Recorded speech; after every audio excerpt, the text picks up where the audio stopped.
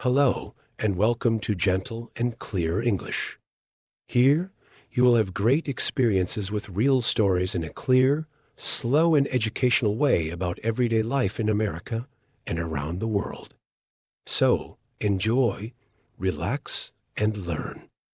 Once upon a time in the United States, two companies began a journey that would change the way people eat forever. These companies were McDonald's and Burger King. Today, they are two of the most famous fast food chains in the world. But their journey was not always easy.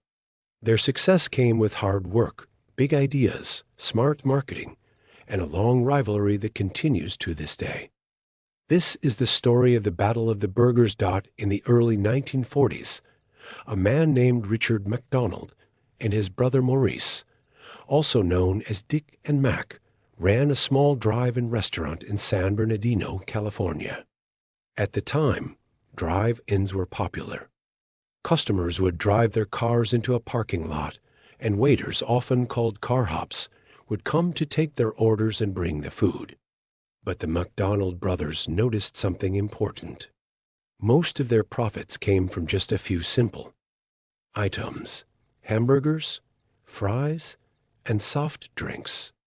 So they decided to focus only on those. This new system was revolutionary. Instead of having car hops and a long menu, the McDonald's created a kitchen that worked like an assembly line. Each worker had a specific task. One person grilled the burgers. Another added pickles and onions. Someone else wrapped the burgers. This made the process faster and more efficient.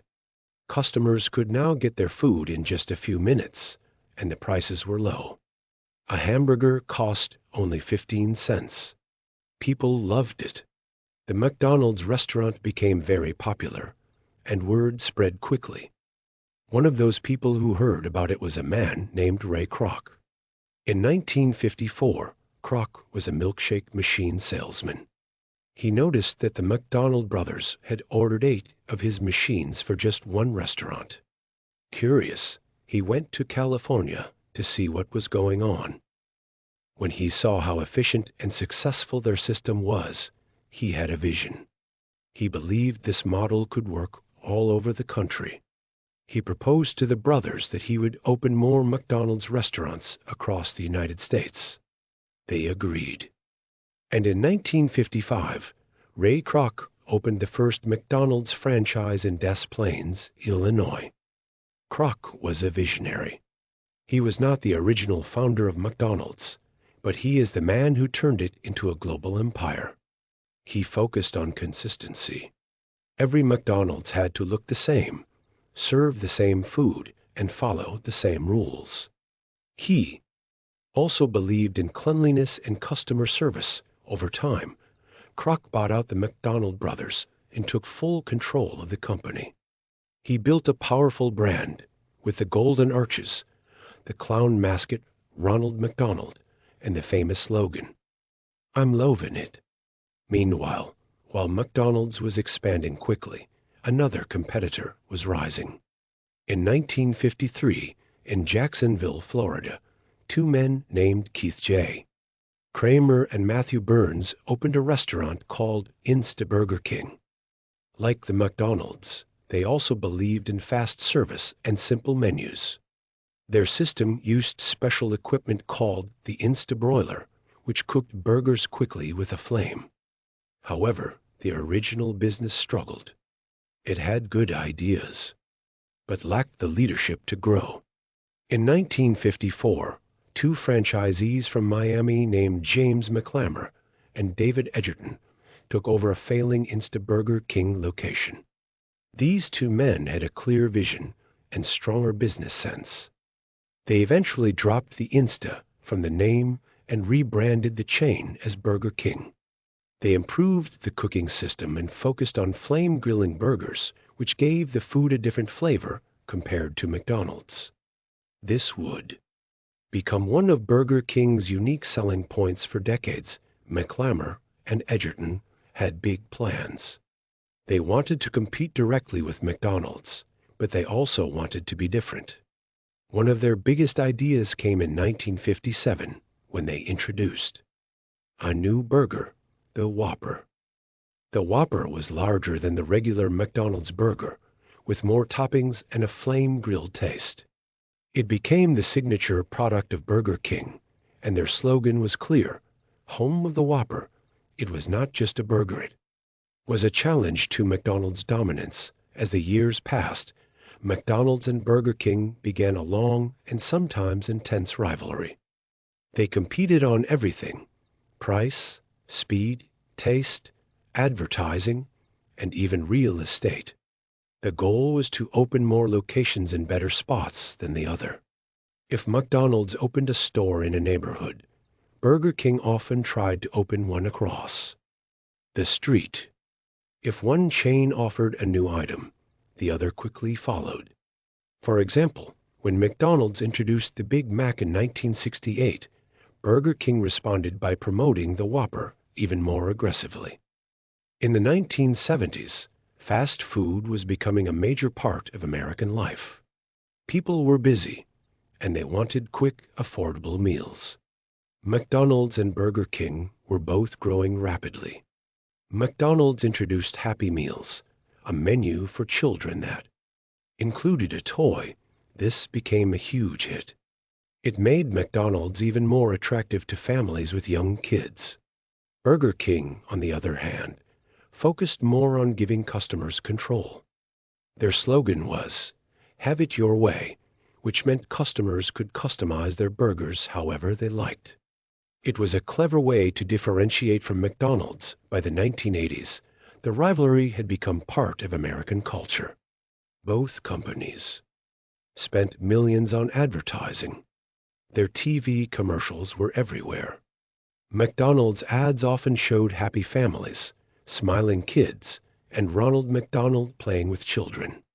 Burger King, meanwhile, began to take a more aggressive tone. They created ads that directly compared their burgers to McDonald's. One famous campaign was called the Whopper Virgins, where people from remote parts of the world were given a Whopper and a Big Mac to try, and the results were shown on TV. Burger King was not afraid to say they were better. This approach sometimes brought legal trouble, but it also brought attention. In 1981, Burger King even hired a young Sarah Michelle Gellar, who would later become a famous actress, to star in a commercial that criticized McDonald's burgers. McDonald's sued. The rivalry was not just business, it was personal. Behind the scenes, though, McDonald's was far more stable as a company. It had better systems, stronger leadership, and a clearer brand identity. Burger King, on the other hand, changed ownership multiple times. Over the years, it was owned by companies like Pillsbury, Diageo, and later a private equity firm. Each new owner brought changes in strategy, and the frequent shifts in leadership made it hard for Burger King to maintain a consistent direction. While the Whopper was strong, the company's overall identity was less clear. McDonald's, meanwhile, kept growing. It expanded into countries around the world. By the late 1980s and early 1990s, you could find McDonald's in Europe, Asia, Latin America, and Africa. The company became a symbol of globalization. In 1990, McDonald's opened its first restaurant in Moscow, Russia. On the first day, thousands of people waited in line for hours. It was more than just a restaurant opening, it was a moment in history. In many countries, eating at McDonald's became a sign of modernization and American influence. Burger King also expanded internationally, but not at the same speed or scale. While it had success in some markets, it often struggled with local competition and cultural differences. In some countries, Burger King exited and then returned years later. McDonald's, in contrast, often adapted better to local tastes. In India, for example, where many people do not eat beef, McDonald's offered vegetarian burgers and chicken-based options. This flexibility helped McDonald's become a global leader in the 1990s, new challenges arrived. People were becoming more health conscious. News stories and documentaries began to criticize fast food, especially its impact on health and obesity. One of the most famous examples was the 2004 documentary Super Size Me, where filmmaker Morgan Spurlock ate only McDonald's food for 30 days. He gained weight, his health declined, and he documented the whole experience. The film created a lot of negative publicity for McDonald's. McDonald's responded quickly. They removed the super size option from the menu, added salads and fruit, and began to promote healthier options. They also redesigned stores to feel more modern and comfortable. Burger King made similar changes, but once again, McDonald's was faster and more effective. The brand knew how to manage its image. In the 2000s, the battle between the two chains took on a digital dimension. Social media became a powerful tool for marketing. Burger King used it creatively. In 2009, they launched a controversial campaign called Whopper Sacrifice. The idea was simple.